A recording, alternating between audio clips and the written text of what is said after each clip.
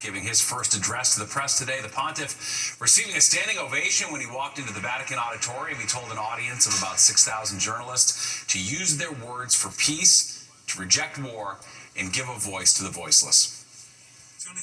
Disarmed and disarming communication allows us to share a different view of the world and to act in a manner consistent with our human dignity. You are at the forefront of reporting on conflicts.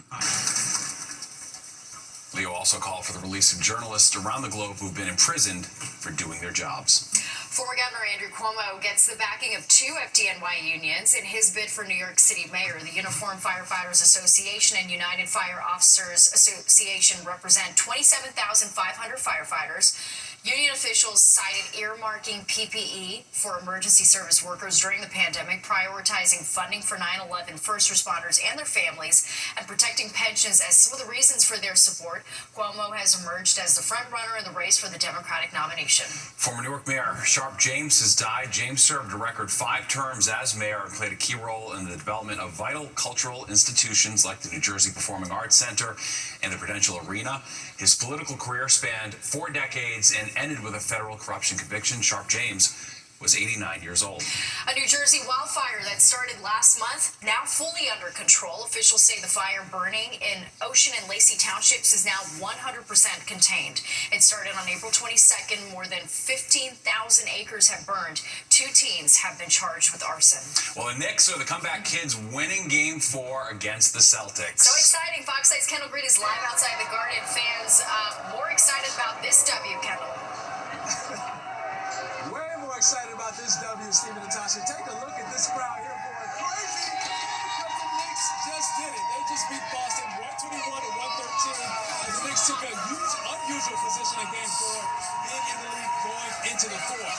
The largest lead on Boston so far. Jalen Brunson dropped 39 points tonight. All series long, they've been rallying to come back from as much as 20 points. But they were going neck and neck up and through the fourth quarter. And the shots were falling for the Knicks. They were playing great defense, capitalizing on turnovers. And they went on to this to the big win, taking into Game 5 coming up. Let's hear from some of those fans. It's quite impressive going into the fourth quarter as the Knicks. We don't have to fight, come from behind. We're up by 9, and we're going to win. Knicks in 5, baby. Knicks in 5. This is with 3 minutes left. What are you thinking? I'm thinking we got to close it out, and Knicks in 5. Knicks in 5. That's it. Hold it down. Let's go. Insane. Insane. Better than MSG, I swear. I promise you. Woo! Knicks in 5. It could have been 4, but you know we gave them that.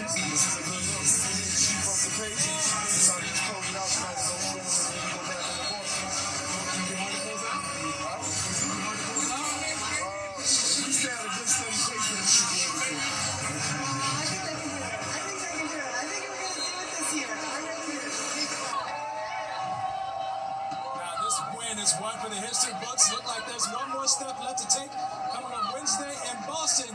We'll see if they can close that deal. I'll send things back to you, Stephen and Tasha. That's already got 2 wins there. Yeah. Sounding good. All right, we love it. Thanks, Kendall.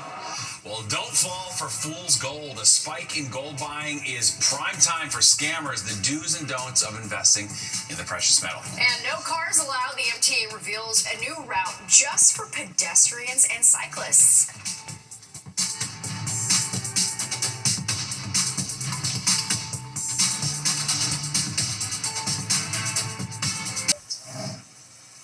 Coins, jewelry, and keepsakes are turning into a hot commodity. Investors are turning to gold amid economic jitters. Fox 8 Jody Goldberg has the do's and don'ts of buying gold to avoid scams.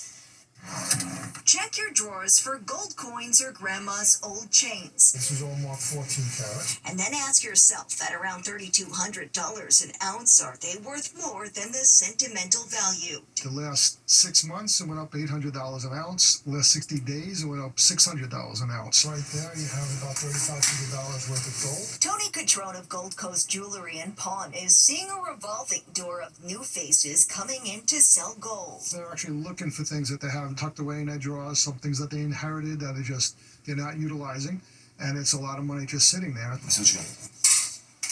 They're about $4,700 here. And over at the Father and Son's 110 Jewelry Center, Eddie Baba Knupp says Long Islanders are taking advantage by buying it or selling it.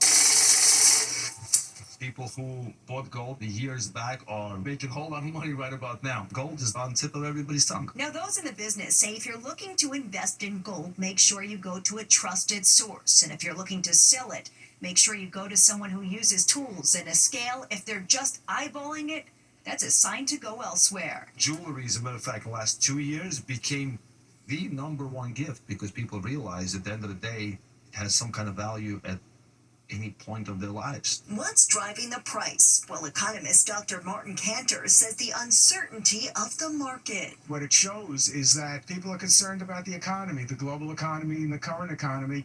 And until the tariff resolves itself, gold will continue going up in price. His advice, hang on to what you can. Just be patient, pay attention to what goes on. Once you convert it to dollars, then the dollars are a static worth, and if anything, it'll go down in value. As the market shows us, the dollar isn't always worth its weight in gold. On Long Island, Jody Goldberg, Fox 5 News. Yeah, pretty interesting. Been a lot of interest in gold lately. Well, a fiery meeting in Atlantic Beach as homeowners face a massive property tax hike. Yeah, village leaders say the increase is to help make up for money lost over an admin issue. All right, I'm going to break down the president's plan to try to lower prescription drug prices. You're watching the 10 o'clock news.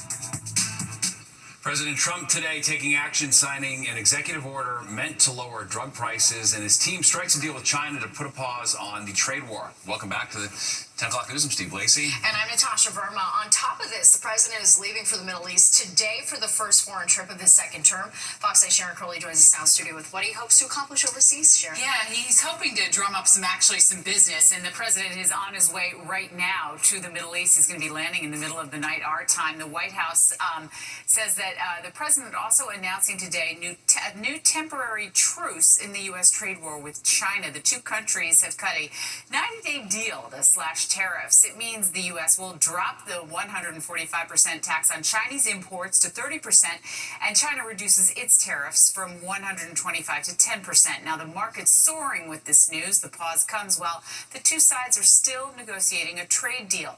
The trade war has already hit U.S. ports and threatens to tip the global economy into a recession. Administration officials, though, say they'll use this 3-month pause to rebalance trade. I think it's going to be fantastic for China. I think it's going to be fantastic for us. And I think it's going to be great for unification and peace. Well, in another development, President Trump today trying to lower drug prices. He signed an executive order setting a 30-day deadline for drug makers to voluntarily lower the cost of prescription drugs in the U.S. If not, drug companies could face new limits about what the government will pay. The move is expected to bring intense pushback from the pharmaceutical lobby. Lobbyists there are already arguing that any loss in profits will slow down research and innovation and force an increased reliance on China. People in the U.S. pay higher drug prices than people in other countries for the very same drugs. It doesn't make a lot of sense to people, and it doesn't seem very fair. So the president is taking another swing at this so-called most favored nation pricing for prescription drugs, which aims to tie U.S. drug prices to lower prices in other countries that will presumably help to save U.S. patients money. Well, President Trump arriving, as I said, in just a few hours in the Middle East. He's also going to visit Saudi Arabia, Qatar, and the United Arab Emirates. The president does not plan to visit Israel or Iran. Now, the purpose of his trip to encourage foreign investment in the U.S. economy. That's what he's there for, so we'll see what happens. Very well. Thanks, Sharon. Mayor Adams announcing plans to build more than 500 mixed-income housing units as part of an effort to revitalize Staten Island's waterfront. The city says the new homes will be constructed on 2 vacant lots in Stapleton, with a quarter of them being set aside for affordable housing. As part of the city's 5-borough economic development strategy, $400 million is being invested to complete a continuous waterfront esplanade on Staten Island. Not the forgotten borough. You are so much part of this 5-borough mission that we are on. And the mayor says the development will be the largest mass timber residential project in the city. Mass timber is a sustainable material that leaves a lower carbon footprint. The MTA announces the opening of a new bike path connecting Manhattan to Randall's Island on the south end side of the RFK Bridge today. Pedestrians and cyclists will have a car-free path between Manhattan, the Bronx, and Randall's Island. The path is ADA accessible for cyclists and pedestrians. The MTA has also just completed a northern path on the other side of the bridge that lands in a new greenway along the Harlem River being built by the city. So, of course, these pathways will dramatically improve interborough access and the environmental benefits of reducing vehicle congestion and expanding car-free transit infrastructure. Even in the construction of this path, we found a way to lower our carbon footprint by using sustainable concrete, which reduced embodied concrete by 25%. In 2027, the MTA will finish the final span of the path into Queens. The city files its first lawsuit in connection with a crackdown on Airbnb and other short-term rentals. According to the New York Times, the city's looking to shut down Incentra Village House in Greenwich Village, Incentra books rooms on Airbnb and TripAdvisor, but the lawsuit says it's an illegally converted apartment building and is not approved to operate as a hotel.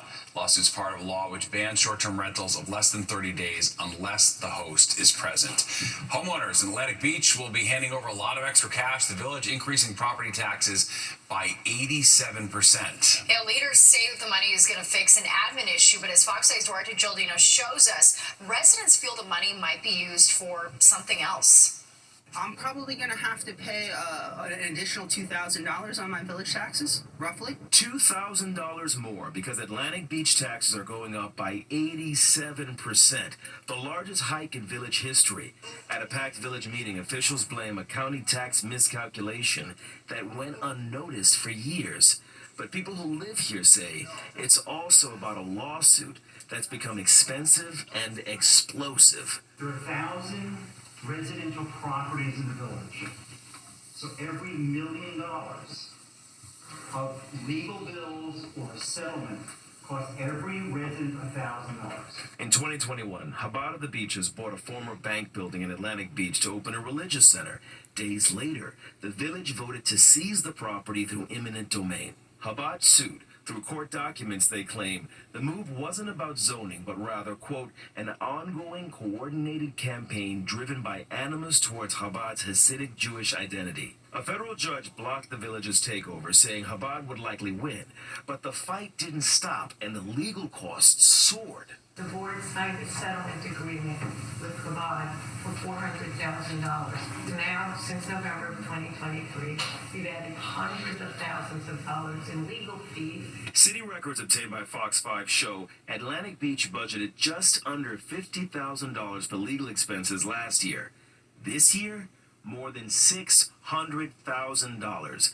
That cost is landing squarely on the people who live here. What we're expecting is transparency in how you're running this village. For a typical homeowner, village property taxes could jump from $3,000 to more than $5,000. In Atlantic Beach, Duarte Geraldino, Fox 5 News. Well, late night shop on Long Island is satisfying sugar cravings. All right, it's serving up Dubai chocolate with a twist. From chocolate bars to milkshakes, we're going to show you all the good eats. A dessert shop on Long Island is taking Dubai chocolate to the next level. All right, the owner is turning the treat into milkshakes, crepes, and much more. Fox 5's Jody Goldberg gives us a sugar rush. Sugar Bay Cafe is serving up the Dubai dessert craze, one scoop of shredded phyllo dough at a time. I myself like to try new things, up-and-coming things. I really like the idea of the Dubai chocolate, how it's, you know, the crunchy texture inside. Vina Prithiani went from banking to baking. She opened up shop here in Hicksville after she says there weren't many sit-down options for late-night sweets on Long Island. We're actually open till midnight, and we have people coming in even up until 11:55. Coming in craving cheesecake, coffee, and just about anything related to Dubai chocolate you can dream of. We have the Dubai cake, a Dubai milkshake, you name it. We have it all. We even have Dubai rolled ice cream. And as Dubai chocolate evolves, it's no longer just one item. It's a flavor trend. And now shops are trying to figure out what it goes best with. It's the brownie inside, and then the same filling with the kunafa and the pistachio and the white chocolate inside. Just down the street, Kawa House in Westbury is putting their own spin on their Dubai dessert. Gold powder on top, and then dark chocolate, so it looks different. We usually don't incorporate a lot of things like outside of Yemen, but the Dubai chocolate is very culturally similar, so why not? As for Vina, as her menu grows, The Dubai cookie, our popular one, the Dubai strawberry cup. so does her passion. And it really makes me happy to create an experience for people where they can come in and truly enjoy. On Long Island, Jody Goldberg, Fox 5 News. I want every single item. Dubai It's chocolate's so taking good. over the world. Yeah. Pistachio in the middle. Oh, it's so good. All right, the dirtiest city in America is revealed. So where did New York City rank? All right, the answer may surprise you. A study is showing the grime and dirt could actually be worse. From rats, roaches, and trash pile on the curb, Big Apple often has a bad rep for being a dirty city. Yeah, well deserved too, let's be honest. But a new study has crowned a different Northeast city with the title Dirtiest in America. Fox 5's Jennifer Williams breaks down the rankings. New York City tends to embrace being number one no matter the category, but when it comes to the dirtiest city in America, that distinction belongs to Baltimore, with NYC 17th on the list. Do you want to take a guess where New York City ranks? Number one, 100%. Ooh, I would say like number two. I would be way higher. We could clean up. I think we need to do a little better. A study by House Fresh analyzed over 12 million sanitation-related 311 complaints placed over the last year and ranked location based on the number of complaints per 100,000 people. Sacramento, California was after Baltimore, and Los Angeles was also in the top 5, with another town New Yorkers love to hate, Boston, coming in 6th on the list. I mean, I've been to LA and I'm kind of grossed out there, but I thought it was just because I'm not from LA and I'm from New York. But yeah, it's pretty gross here, so I'm surprised for sure. I haven't been to those other places, but it's really disgusting here. There's like garbage everywhere and poop and rats. So I'd say I'm surprised. In a statement to Fox 5 New York, the acting Department of Sanitation Commissioner said, quote, "Think back to New York in the height of the pandemic. Piles of trash bags, dirty highways, surging rat sightings. Over the last few years, we've made real investments in a cleaner city, and all you have to do is open your eyes and your nose to see the difference. Real New Yorkers know our streets are the cleanest they've been in decades." I mean, there's pockets of the city that are super clean and super nice and all that for sure, but like, it's still a dirty city. Like, literally, I was out with my girl last night, and it was like, we were walking, and like a bunch of rats just popped out, and they weren't small, they were big rats. So I find that hard to believe. Somebody in like the mayor's office probably paid for us to be a little bit lower on that list. On the Upper East Side, Jennifer Williams, Fox 5 News. The So conspiracy cynical. theories Wow. just run rampant. I think it's getting cleaner. A bunch of haters, Yeah, I think. that's right. Got to embrace our city. The trash barrels are helping. Yeah, adds character, Nick. That's our personality, right? Let's take that. Especially in July and August, right? The steaming piles of trash. Exactly. That's New York. Yeah, well, we love it nonetheless. And we love today's weather, too, right? What a great day after a great weekend. Mother's Day, of course, yesterday was pretty fab. 72, 57 today. That's just about average, really. 93 and 40 in the records. They were both back in the later 1800s. Sunrise 5:41. Now the late set time at 8:04. Although tomorrow it's going to be challenged with a lot of clouds around. And we're seeing mostly cloudy conditions now. 63. Wind is reported as calm. It's mostly a south-southeast wind, about 5 to 10. Humidity's up there a little bit. Pressure continues to fall at 30.17. Got two weather features coming our way. One's a little front moving down from the north, and then the system that I'll show you coming up from the south and west. Well, 50s on the east end, that's the cool spot, but we have low 60s in town, 60 White Plains, still mid-60s Poughkeepsie, and high 60s you get to Scranton. You're going to see some of those highs earlier. We're up over 80 degrees there. Wind is either calm, or again, it's a light wind out of the south. That will continue tonight, as I mentioned. There's some of those 80-degree temps. Pennsylvania, really.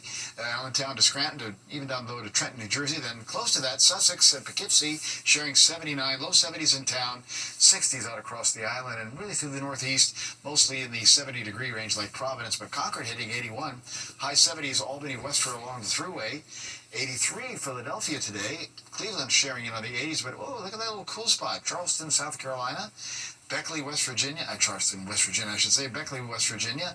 And 70s to Raleigh because they've got clouds and showers here. And that's some of the shower activity that's coming our way, as you see on the bigger picture here. It's also a little weak cool front. Can't really see it, but it's moving down from the north and east. So that's going to trend us towards cooler weather for tomorrow. And that area of rain off to the south, that's also going to be coming our way. A very slow-moving system that's now sitting right above Memphis or so. And eventually, over the next 2 days, the shower activity is going to be lifting on northward, and the result will be off and on showers starting about midday tomorrow, as you'll see here on the Futurecast. And then the more periods of rain, maybe even a thunderstorm, will be in the forecast as we head into Wednesday.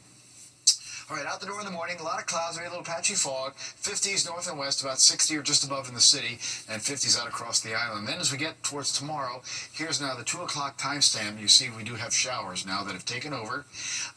Warmer spots are going to be inland again, Poughkeepsie to Hartford, because they're not going to see the cooler wind off the ocean. So only lower, well, let's say upper 60s around town, mid 60s there along the Jersey Shore. Then more rain tomorrow night. Could be a couple of thunderstorms. That rain's going to continue on into Wednesday, and some locally heavy downpours at that point. And temperatures will be the coolest on Wednesday, 50s to maybe middle 60s at best. Again, notice by Wednesday afternoon we're still kind of stuck in the muck here. And rainfall amounts going to get close to or above an inch in a lot of places, including the city. This is again by the end of the day Wednesday. This just updated. Actually, that's 10 a.m. Wednesday. That should have gone towards about an inch or so for the city. So keep that in mind. That's into Wednesday night. 60 tonight in the city, some 50s in the burbs, a fair amount of clouds. Tomorrow, again, clouds around, a little patchy fog in the morning. Some showers come in, and we stop at about 67 tomorrow afternoon. More showers, maybe a thunderstorm Wednesday, 64. Thursday, 73, still some more showers. Then we'll limit it to afternoon, Friday and Saturday. Upper 70s, though, for those days. And then looks like finally by Sunday into Monday, we'll get a little more in the way of sunshine. Very well. All right, thanks, Nick. Well, today I had the great pleasure of once again emceeing the 24th Annual Adapt Community Network Golf Tournament at the Braeburn Country Club. The event raised $200,000 to help people with disabilities do all the stuff most of us are fortunate enough to take for granted. This year's honoree was Valentino Galella, who you see here, who is equally at home giving back to the community as he is tearing it up on the links. Many thanks to everyone who came out today and supported the great work the Adapt Community Network does. And obviously, we had just picture perfect day for that. Glorious day. Amazing. Couldn't have been better. Really could not have been any better. That's awesome. Yep. And a new art studio offering workshops that allow you to take a piece of New York City back home with you. Ryan Christopher takes us to Artist House in Midtown. It's time. Lots of bars and restaurants in the city offer a unique souvenir to take home with you. Branded matchbooks. And now an art studio in Midtown is holding workshops to help you get a little creative with your keepsakes. Ryan Christopher takes us to Artist House in Midtown.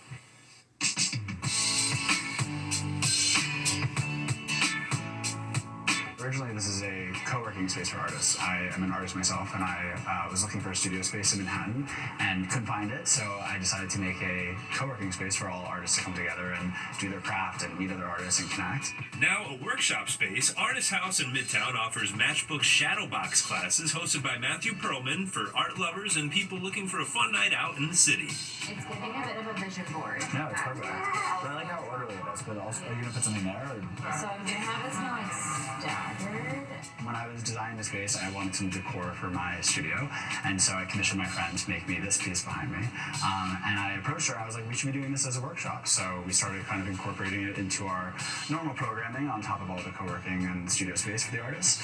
And it sort of just took off. People started bringing their own collections, their own matchbooks, they started bringing photos and memorabilia and anything in their apartments, and it's just evolved ever since then. Currently I live in the Lower East Side, so it's a little mix-up of both. Location. Yes.